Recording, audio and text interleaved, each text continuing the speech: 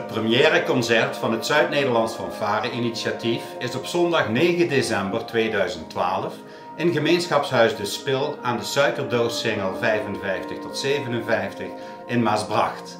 Het concert begint om 14 uur.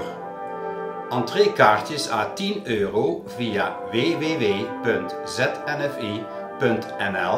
en natuurlijk ook aan de zaal. Onze gast is het Gelders Fanfare Orkest onder leiding van Erik van de Kolk.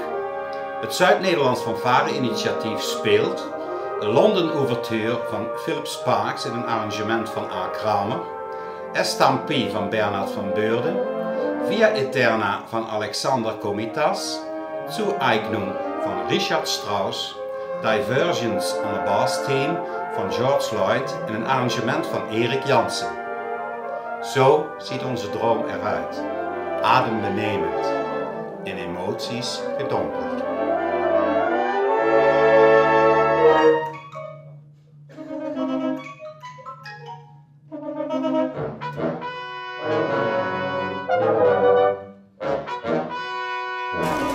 Chris, het Zuid-Nederlands Fanfare-initiatief is jouw droom. Hoe ontstaat zo'n droom?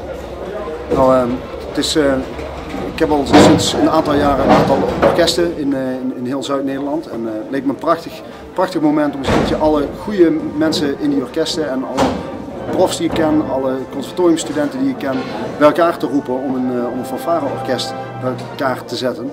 En muziek op het allerhoogste niveau te gaan spelen. Dat is een prachtig streven en het muzikale gedeelte dat is voor 100% in jouw handen. Wat bepaalt nou jouw muziekkeuze? Niveau. Ik vind toch dat fanfare muziek een beetje in een verdomhoekje zit. Voor harmonieorkest is heel veel te krijgen. Voor brassband is heel veel te krijgen. Voor fanfareorkest is veel minder te krijgen. En vaak zijn de topstukken, de goede stukken, zijn veel te moeilijk voor de amateurorkesten om uit te voeren. En dit orkest is per definitie geschikt om dit soort hele moeilijke literatuur te gaan spelen. Adembenemend, in emoties gedompeld. Ga je dat waarmaken? Daar ga ik vanuit. Natuurlijk, we gaan er heel hard voor werken, 4 repetities lang. En ik denk dat 9 december een fantastisch mooie happening gaat worden.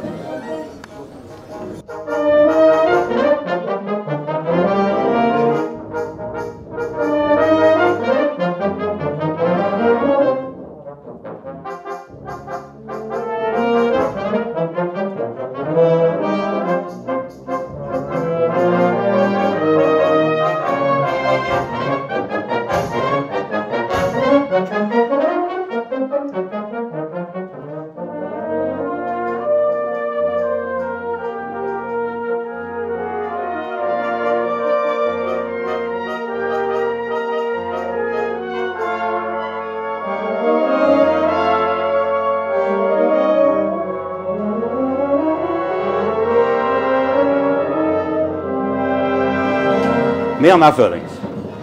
Het Zuid-Nederlands Fanfare-initiatief is de droom van dirigent Chris Derks. Hoe voelt het om deze droom mee waar te kunnen maken?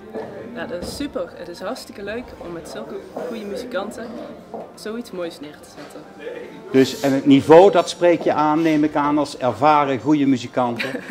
Nou, ja. Ik doe mijn best om mijn steentje bij te dragen.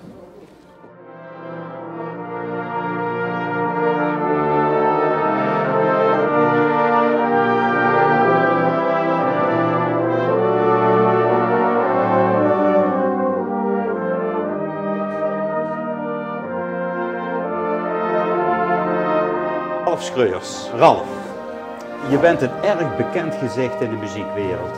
Niet in het minst om je uitzonderlijke muzikale kwaliteiten. Waar ligt voor jou de uitdaging om mee te doen bij het Zuid-Nederlands Fanfare-initiatief? Het leuke is het hoge niveau van de stukken. Het is wat je niet alledaags bij je eigen vereniging thuis waar je op bent gegroeid mee zou maken. Het leuke is ook dat je met stuk voor stuk allemaal goede muzikanten in dat orkest tezamen zo'n goed en fijn muziek kan maken en dadelijk een fantastisch resultaat kan neerzetten. Dat is geweldig.